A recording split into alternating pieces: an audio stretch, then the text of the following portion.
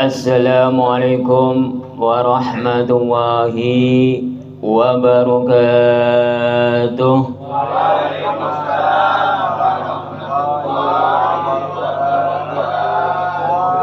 Sekali lagi supaya bersemangat.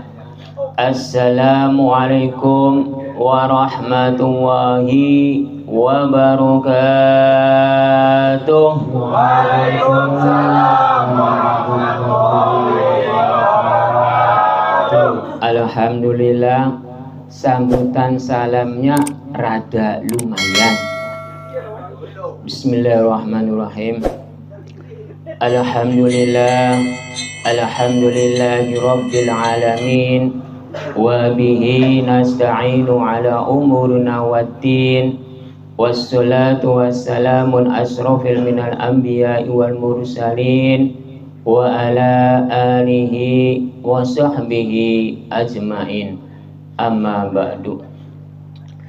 Para bapak dan para ibu dan para saudara-saudara yang saya hormati, para tokoh-tokoh masyarakat yang saya hormati, para alim ulama yang saya hormati, puji syukur alhamdulillah Allah telah melimpahkan rahmatnya dan hidayahnya kepada kita semua, dikasih kesehatan dan umur panjang sehingga kita bisa berkumpul, bertatap muka atau bermuajahah pada malam hari ini. Marilah kita bersama-sama bersolawat serta salam kepada junjungan Nabi kita Muhammad sallallahu alaihi wasallam. Marilah kita bersama-sama tingkatkan keimanan kita, ketakwaan kita kepada Allah Subhanahu wa Ta'ala. Marilah kita bersama-sama mengucapkan budi syukur alhamdulillah pada malam hari ini kita semua ini dalam keadaan sehat walafiat, sehingga kita bisa menghadiri di rumahnya Bapak Asep. Bapak Asep ini sebagai tokoh masyarakat atau Pak RW. Tadinya RT, sekarang Pak RW. Alhamdulillah, kita semua ini mendapatkan ridho dari Gusti Allah. Karena pada malam hari ini kita bisa menghadiri dalam rangka jamiah tahlil di rumahnya Bapak RW Asep. Alhamdulillah kita semua ini dalam keadaan sehat walafiat, sehingga kita bisa menghadiri dalam keadaan iman dan keyakinan. Walaupun badannya sehat, kalau tidak memiliki iman dan keyakinan, mana mungkin bisa hadir. Kita semua ini harus memiliki kedua-duanya. Badannya sehat, memiliki keyakinan, memiliki iman, sehingga bisa hadir di dalam rangka acara jamiah tahlil di rumahnya Bapak RW Asep. Alhamdulillah, pada malam hari ini kita akan membahas di dalam kitab Nurjati pada malam hari ini. Tapi isinya itu ada 4. Judulnya di dalam kitab Nurjati, tapi isinya itu ada 4. Jadi kita semua ini dengan temanya, yaitu di dalam kitab Nurjati, judulnya yaitu adalah Islam. Kalau Islam itu kita semua ini orang Islam. Jadi kita harus membahasnya tentang Islam. Kalau di dalam kitab Nurjati, Islam itu alif, jari'i, ing badane Gusti Allah, tidak berbentuk, tidak berwujud, tapi nama, tidak berwarna, hanya nama. Esin tasjid ing perjalanan ing satu hune, lam mati Gusti Allah gawe dalan, mim itu Muhammad. Kita semua ini dalam keadaan ing rasa. Rasa itu ing diri umat manusia. Karena pada malam hari ini kita akan membahasnya tentang Islam. Yang dibahas yang pertama kalinya yaitu adalah alif jari ing badane Gusti Allah, tidak berbentuk, tidak berwujud, tapi nama, tidak berwarna. Warna pun ada ing rasa. Rasanya ada ing diri umat manusia. Benar atau tidak para jamaah? Alhamdulillah, jawabannya benar dan tegas. Karena umat manusianya ini semuanya gagah-gagah semua. Jadi jawabannya gagah juga. Karena udah mengetahui yang memiliki rasa itu dipastikan umat manusia. Kalau yang tidak memiliki rasa berarti bukan umat manusia. Karena sang pencipta itu adanya ing rasa. Rasanya terhadap diri umat manusia. Bisa ada umat manusia itu karena Gusti, bisa tidak ada umat manusia itu karena Gusti. Gusti pun bisa ada karena umat manusia. Umat manusia pun bisa ada karena Gusti. Jadi kita semua ini saling membutuhkan. Karena di dalam kitab Nurjati, sang pencipta itu adanya dua, bukan satu. Kalau di seluruh kitab yang lain dipastikan satu. Tapi di dalam kitab Nurjati, di dalam kitab Pancorep Sejati Nurib, di dalam kitab Insan Hamil, di dalam kitab Sejati, itu semuanya ada dua menyatakannya. Sang pencipta itu ada dua. Karena sang pencipta itu ada di dalam sintesjid. Ing satu hune, ing perjalan ing satu hune Gusti, ing perjalanan ing satu hune umat manusia. Ada sang pencipta hakiki, ada yang sang pencipta biasa. Kita semua ini dalam keadaan di dalam perjalanan. Sang pencipta pun sedang menjalankan ing satu hune sang pencipta. Umat manusia pun sedang menjalankan ing satu hune umat manusia juga sang pencipta. Sang pencipta itu yang hakiki itu adalah Allah. Allah itu menciptakan langit dan bumi dan seisinya. Allah itu menciptakan bintang-bintang, bulan, matahari dan yang lain-lainnya. Sang pencipta itu, Allah itu menciptakan seluruh makhluk yang ada di dalam dunia dan alam semesta. Sang pencipta Gusti Allah itu menciptakan makhluk yang di atas dan yang paling di bawah. Itu sang pencipta hakiki. Itu cuma satu. Tapi kalau sang pencipta biasa, itu satu bisa jadi 10, 10 bisa jadi 100, 100 bisa jadi 1000, 1000 bisa jadi 1.000.000. Itu sang pencipta biasa. Saya kasih contohkan sang pencipta seperti umat manusia. Umat manusianya itu berlomba-lomba menciptakan berbagai macam keahlian-keahlian. Saya contohkan, ada sepeda motor, ada mobil, ada sepur, ada kapal, ada meriam, ada bom, ada banyak yang lain. Apakah sang pencipta hakiki itu bisa menciptakan seperti itu para jamaah? Dipastikan tidak. Karena apa? Karena ada bagian-bagiannya. Kalau sang pencipta hakiki, bagiannya itu menciptakan alam dunia dan seisinya. Tapi kalau sang pencipta biasa, itu menciptakan terserah umat manusianya. Bagaimana caranya? Menciptakan makanan-makanan yang mewah, Bisa. Menciptakan makanan-makanan yang nikmat? Bisa. Menciptakan makanan-makanan seperti mie seblak? Itu juga bisa. Semuanya bisa. Karena di sininya warungnya seblak kan? Warung seblak. Iya. Jadi ceramah ini pas dengan temanya. Jadi kita semua ini sedang membahas Sang Pencipta. Sang Pencipta itu banyak tidak ternilai, tidak terhitung. Karena menciptakan makhluk itu ada. Di depan saya ini ada bakso. Itu termasuknya Sang Pencipta. Jadi di sini ini ada seblak, ada bakso, dan ada yang lain-lainnya. Cukup komplit. Namanya juga di rumahnya Pak RW. Kalau Pak RW itu rujuman dari warga.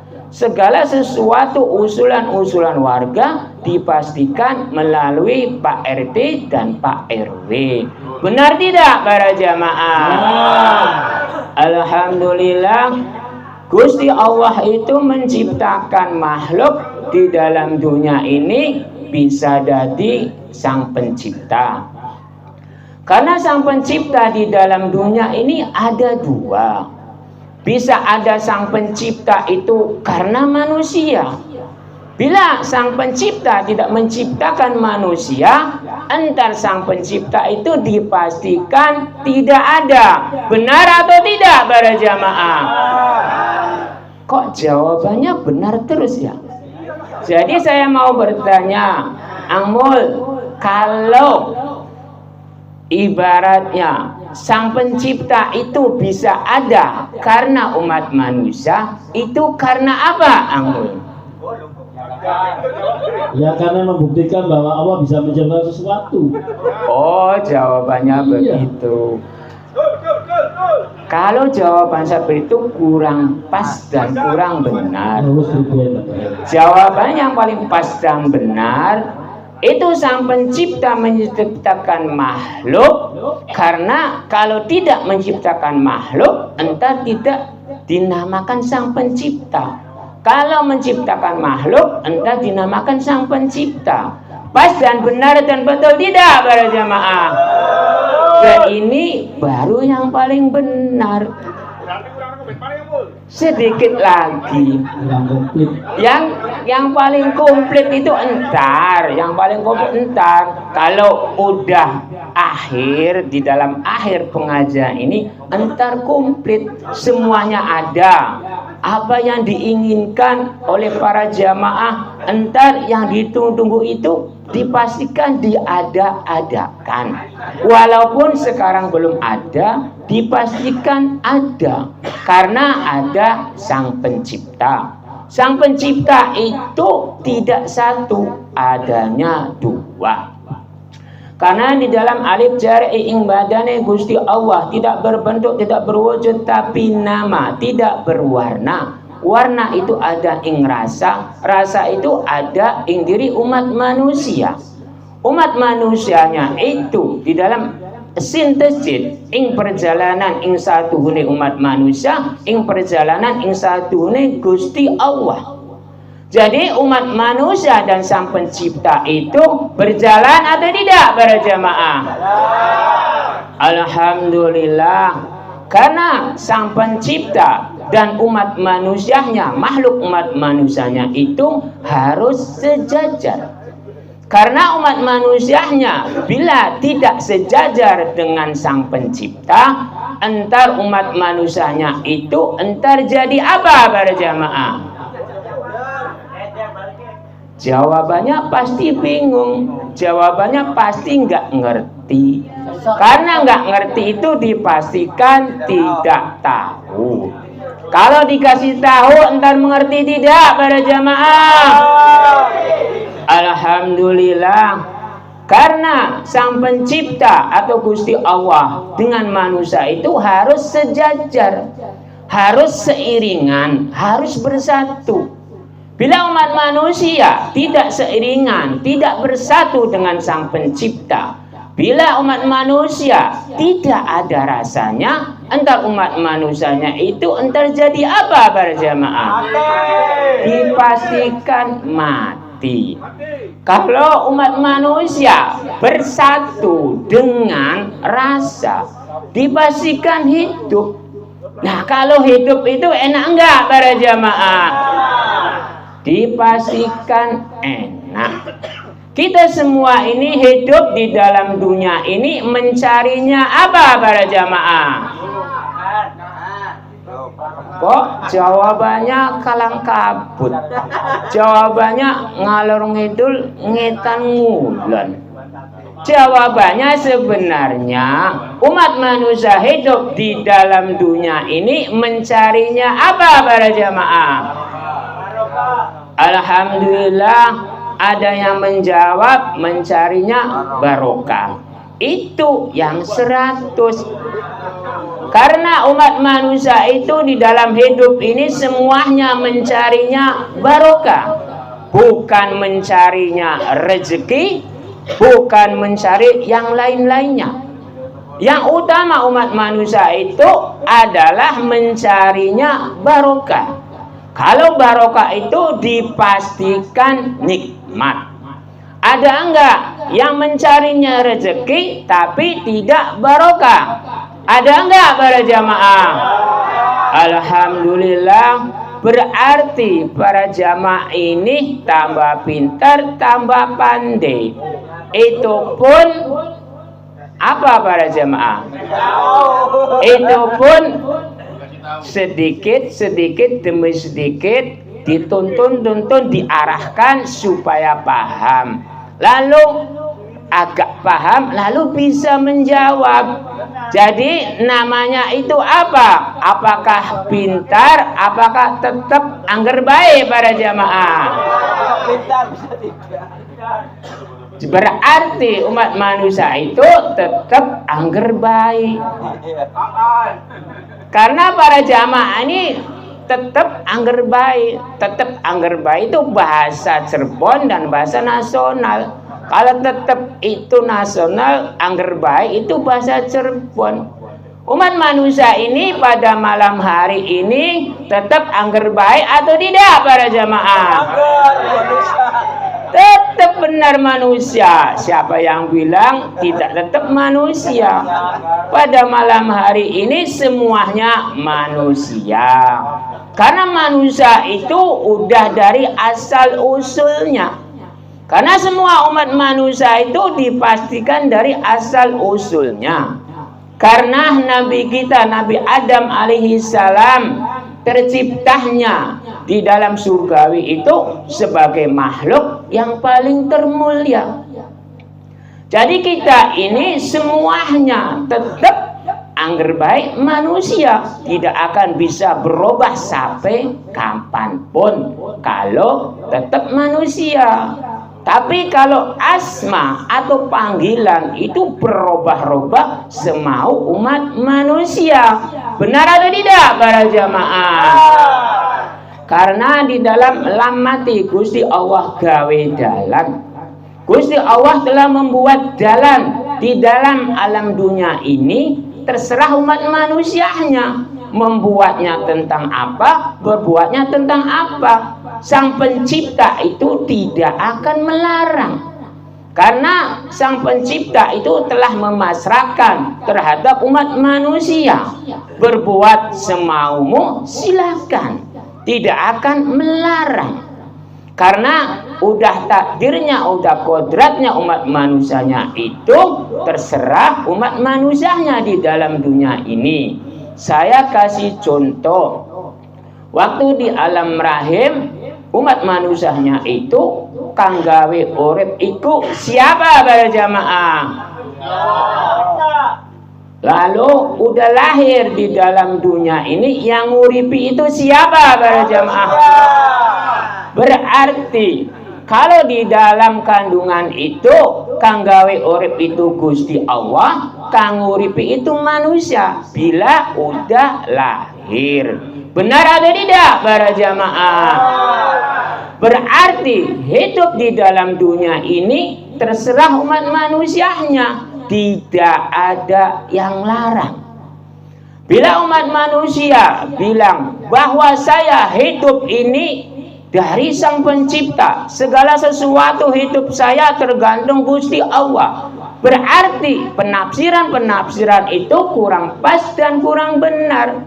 Kalau hidup saya ini semuanya tergantung umat manusia, tapi kalau penentuan-penentuan hidup itu dipastikan dari Sang Pencipta, itu dipastikan dari Gusti Allah. Benar atau tidak para jamaah? Kalau udah benar, betul tidak para jamaah? Alhamdulillah. Kalau bilangnya udah benar, lalu betul. Kalau udah betul, udah benar. Sayanya haus, jadi saya ingin minum. Betul tidak para jamaah? Alhamdulillah, airnya juga ini banyak, semuanya air macan semua ya. Tidak ada air yang lainnya. Sebenarnya dikasih air yang agak butek gitu, ada air yang coklat gitu, baru ada warna-warninya. Karena umat manusia ini hobinya kan lain-lain, tidak sama. Benar nggak jemaah? Alhamdulillah. Tapi adanya ini terpaksa ya diminum lah, karenanya haus. Boleh nggak?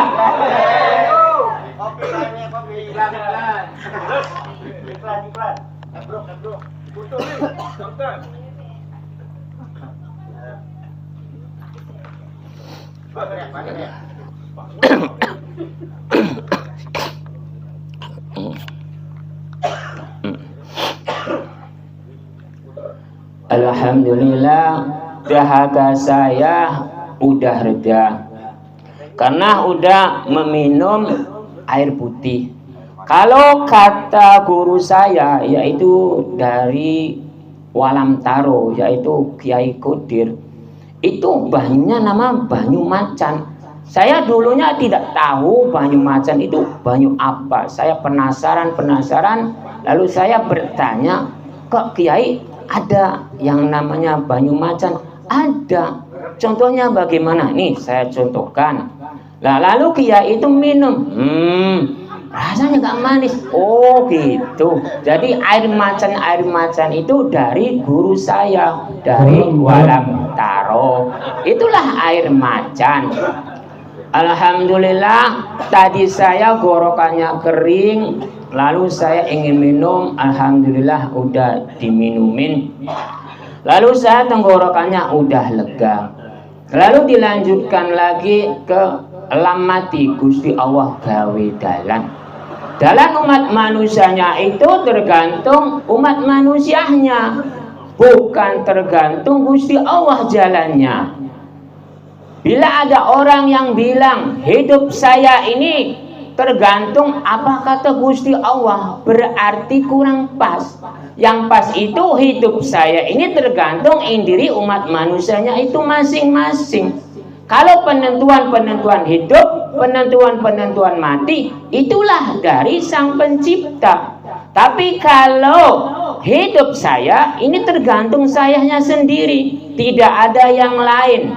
Nabi tidak bisa mengatur, sahabat tidak bisa mengatur, para aulia tidak bisa mengatur, para imam juga tidak bisa mengatur, para alim ulama, kiai, ustadz, gus-gus atau buya-buya atau habaib atau yang lainnya juga tidak bisa mengatur. Yang bisa mengatur umat manusianya itu adalah indirinya sendiri. Benar atau tidak para jamaah? Alhamdulillah, kita semua ini pada malam hari ini pengajian dalam. Karena dalam ini yang paling dalam umat manusia itu yang dicari-cari itu yang paling dalam, bukan yang di luar.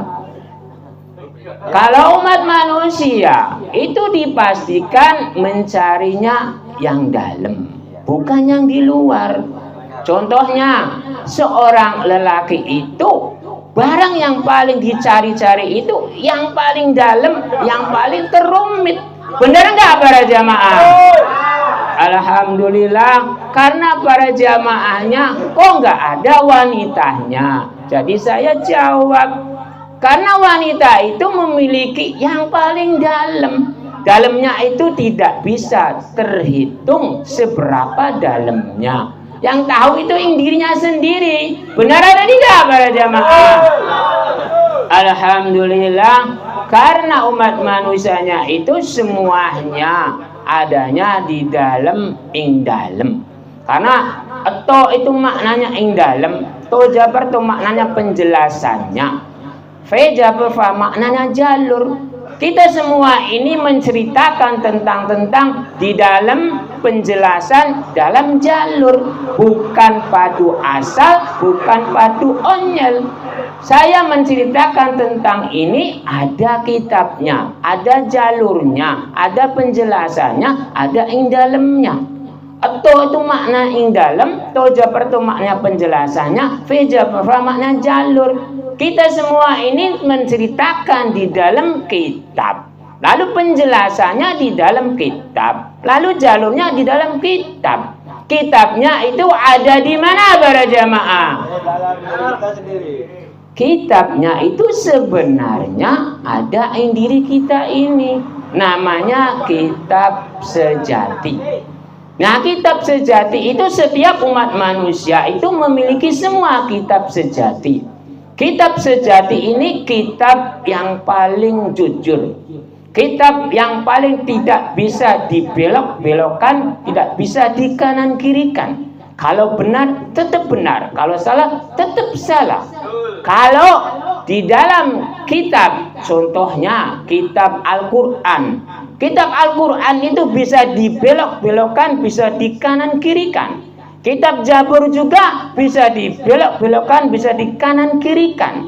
Kitab Injil, Zabur, Taurat juga bisa dibelokkan, bisa dikanan kirikan. Tapi kalau kitab sejati itu tidak bisa. Karena kitab sejati itu kitab yang paling jujur. Kalau A ya A, kalau B ya B, kalau benar ya benar, kalau tidak tidak. Karena kitab sejati itu langsung dari Gusti Allah, tidak ada wujudnya, tidak ada bentuknya, adanya ing rasa. Rasa itu ada ing dalam hati, ing dalam pikiran. Itulah namanya kitab sejati. Kitab sejati itu terbentuknya dari hati dan pikiran dan roh. Jadi kitab sejati itu aslinya itu dari Sang Pencipta. Kalau Sang Pencipta itu paling jujur, paling lurus, itu melalui hati, pikiran dan roh diri umat manusia ditempelkannya. Kalau umat manusia berjalan salah, pasti ketahui. Kalau berjalannya benar, pasti diketahui. Karena umat manusianya itu kuncinya, Gusti Allah itu menempel di diri kita ini melalui hati dan pikiran dan roh. Gusti Allah itu ada ing rasa, rasa itu ada ing diri umat manusia. Bila umat manusia ditinggalkan Gusti Allah, apakah masih hidup ataukah mati para jamaah? Dipastikan mati. Ini di dalam kitab saya seperti itu bilangnya. Kalau Gusti Allah itu menyatu di diri kita, tapi bukan wujudnya, tapi hanya rasa dan nama. Contohnya saya contohkan ibadah sholat. Usolli fardul insya'i arba'arati musta'bilal kiblati ada'a lillahi ta'ala. Allah itu diadakan oleh kita, tapi cuma nama. Nama itu ada ing rasa, rasa itu ada ing diri umat manusia. Benar atau tidak para jamaah? Jadi Gusti Allah itu dipastikan ada di diri kita, bukan bentuk wujudnya, bukan bentuk yang lain. Yang diadakan itu nama dan rasa. Karena umat manusia diciptakan oleh Sang Pencipta itu harus memiliki rasa, harus memiliki nama. Kalau umat manusia tidak memiliki nama, tidak memiliki rasa, entah dinamakannya siapa para jamaah? Dia dipastikan tidak tahu dan bingung. Sebenarnya itu mudah, sebenarnya.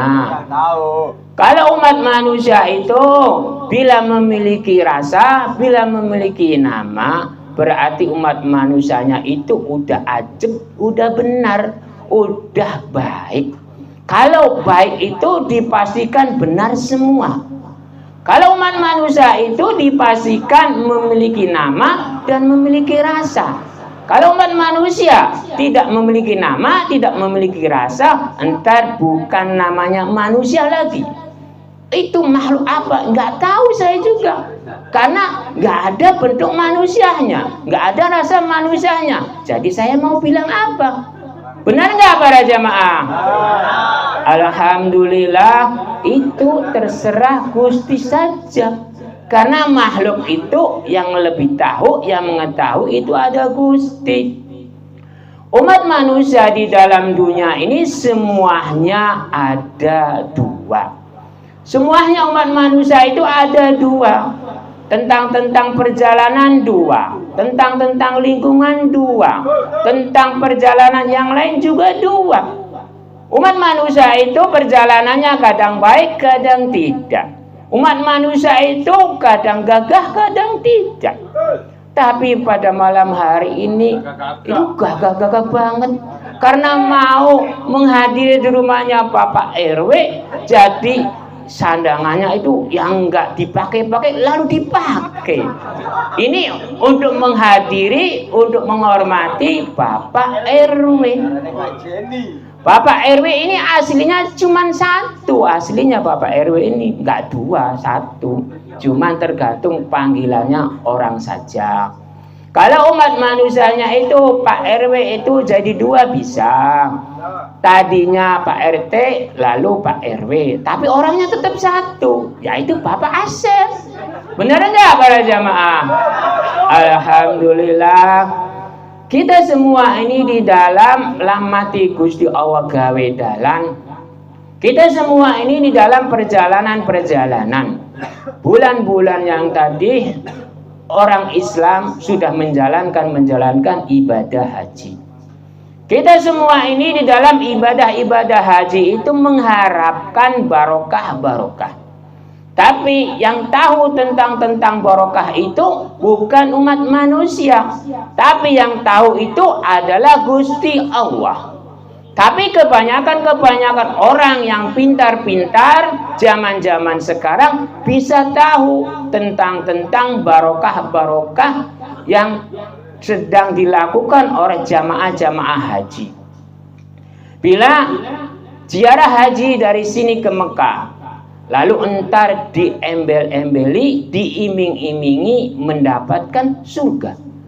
Itu yang saya membingungkan. Kok seorang makhluk bisa mengetahui tentang surga? Aslinya umat manusianya itu tidak dikasih tahu tentang tempatnya surga. Umat manusianya itu hanya dikasih tahu adalah merasakan surga, merasakan neraka. Kalau tempatnya itu tidak ada yang tahu, siapapun, titel apapun tidak ada yang tahu, kecuali Gusti Allah. Nabi tidak bisa mengetahui tentang tempatnya surga atau neraka. Para sahabat, para aulia, atau para imam, atau para alim ulama, kiai, kus-kus, atau buya-buya, atau habaib, itu tidak bisa tahu tentang tempatnya surga itu. Karena tempat surganya itu belum dibuka. Kok bisa tahu? Entar di mana tempatnya? Tapi umat manusia yang dikasih tahu adalah rasa surga itu dikasih tahu, rasa neraka juga dikasih tahu. Jadi tempat-tempat surga atau tempat-tempat neraka itu bukan adanya di Mekah, bukan adanya di Madinah, bukan adanya di Ka'bah, bukan adanya di musola atau masjid. Jadi tempat-tempat surga atau neraka itu tidak ada yang tahu siapapun. Tapi kalau rasanya surga, umat manusia itu tahu. Rasanya neraka juga tahu. Karena umat manusia itu dipastikan udah merasakan nikmat. Benar atau tidak para jamaah? Umat manusianya itu dipastikan udah merasakan kesengsaraan. Benar tidak para jamaah? Lah itulah Allah yang mengasih tahu tentang rasa. Karena di dalam alif jari'i ing badani Gusti Allah tidak berbentuk terus, tapi hanya nama itu ada ing rasa. Allah itu mengasih tahu terhadap umat manusianya itu ada ing rasa. Benar tidak para jamaah? Alhamdulillah para jamaah ini jawabannya lantang. Karena para jamaah ini umatnya siapa para jamaah? Sekali lagi, para jamaah ini umatnya Nabi siapa? Alhamdulillah jawabannya umatnya Kanjeng Nabi Muhammad SAW. Karena tadinya membahas lamati Gusti Allah gawe dalan, lalu dilanjutkan dengan mim. Mim itu maknanya Muhammad. Judulnya itu Islam. Alif jari'i udah dibahas, sin tasdid udah dibahas, lamati udah dibahas, lalu mim itu dibahas, maknanya Muhammad. Kita semua ini kaumnya Kanjeng Nabi Muhammad SAW. Kita meyakini tidak bahwa Kanjeng Nabi Muhammad SAW itu sebagai seorang utusan para jamaah? Alhamdulillah. Para jamaah ini meyakini tentang Nabi Muhammad itu seorang utusan. Tapi yang saya membingungkan, kok umatnya itu salah kaprah semua? Kok memujanya, memujinya itu berkelebihan terhadap Kanjeng Nabi Muhammad SAW. Orang Islamnya ini banyaknya. Permohonannya itu sebenarnya menginginkannya itu mendapatkan ridho dari Gusti Allah, kok menginginkannya mendapatkan syafaat dari Nabi. Yang saya membingungkan seperti itu. Nabinya saja permohonannya terhadap Sang Pencipta, kok kitanya umat manusianya kok permohonannya ingin mendapatkan syafaat Nabi. Jadi yang benar ini yang mana? Gusti Allah atau Nabi para jamaah? Alhamdulillah jawabannya Gusti Allah. Berarti para jamaah ini sadar belum? Karena bila bilang menginginkan syafaat Nabi berarti menduakan Tuhan. Berarti Tuhan itu dinomorduakan. Kalau dinomorduakan berarti umat manusianya itu musyrik, murtad. Jadi umat manusianya menduakan Tuhan itu seperti itu. Jadi kepada Nabi Muhammad SAW itu hanya sekedar meyakini bahwa Nabi Muhammad itu seorang utusan. Lalu permohonan syafaatnya itu tergantung Gusti Allah. Lah kalau syafaat itu maknanya permohonan. Kita semua ini bisa bermohon terhadap Sang Pencipta. Benar atau tidak para jamaah? Saya contohkan. Nabi Muhammad SAW ini bisa bermohon tidak? Manusia bisa bermohon tidak? Manusia bisa berbuat baik tidak? Nabi bisa berbuat tidak? Semuanya bisa. Sama manusia bisa berbuat baik, Nabi juga bisa berbuat baik, Nabi juga bisa berbuat kesalahan, manusia juga bisa berbuat kesalahan. Jadi kita ini semuanya umat manusia. Saya bermohon kepada umat manusia seluruh dunia. Janganlah mengharapkan syafaat dari Nabi. Karena nabinya saja permohonan dari Gusti Allah. Jadi kita semua ini permohonannya itu terhadap Sang Pencipta. Karena Sang Pencipta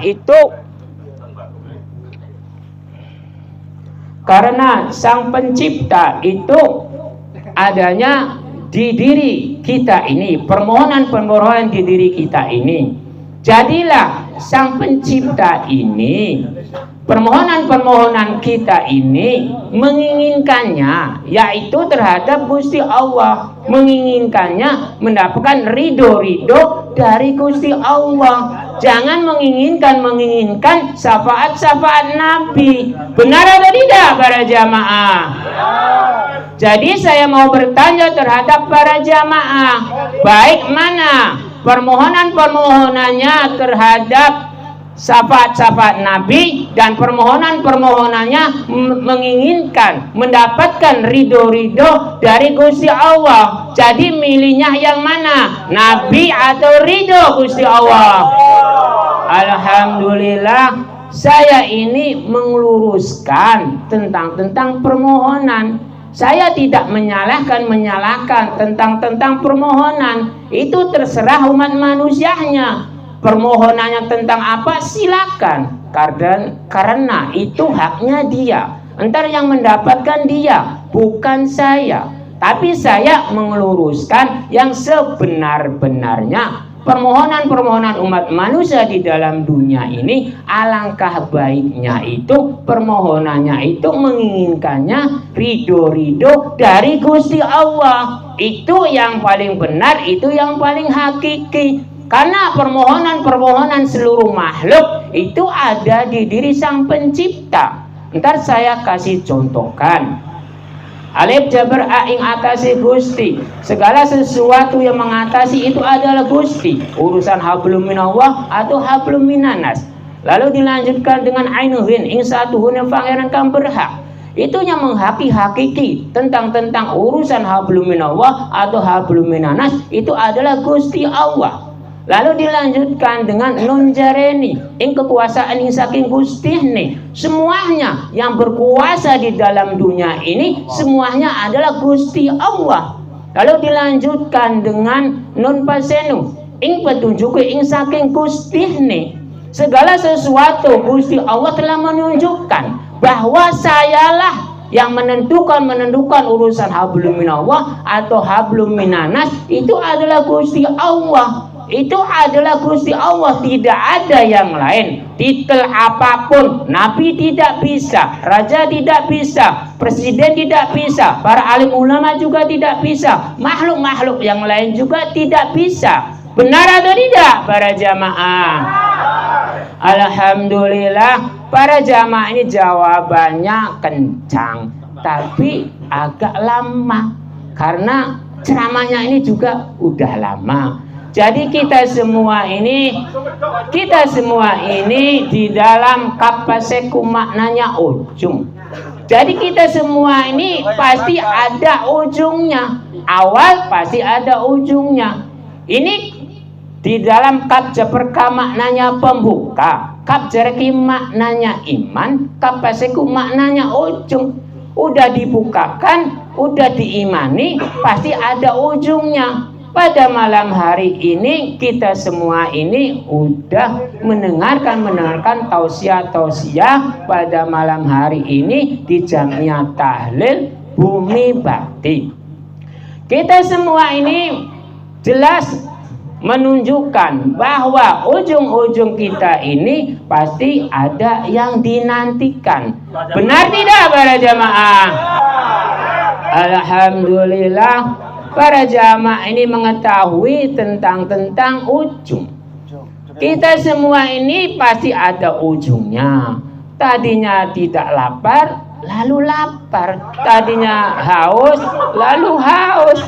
Jadi kita semua ini akan bersama-sama mendapatkan hidang-hidangan dari tuan rumah. Karena para jamaah telah menghormati tuan rumah juga menghormati para jamaah. Kita semua ini umat manusia atau tidak para jamaah? Alhamdulillah, kalau mengaku umat manusia memiliki rasa tidak? Dipastikan memiliki rasa. Pada malam hari ini umat manusia di dalam kapaseku maknanya ujung pasti ada rasanya. Kalau hidangannya udah di depan mata. Jadi kita semua ini akan merasakannya. Cukup sekian saja tausiah pada malam hari ini. Mudah-mudahan ada barokahnya, ada faidahnya. Bila ada kekurangan-kekurangan atau kehilafan-kehilafan ucapan-ucapan saya mohon maaf yang sebesar-besarnya. Bila ada barokah-barokah di dalam ucapan-ucapan saya, puji syukur alhamdulillah, berarti kita semua ini sedang menjalankan kebaikan-kebaikannya. Cukup sekian saja. Ilahi taufik wal hidayah. Wassalamualaikum warahmatullahi wabarakatuh.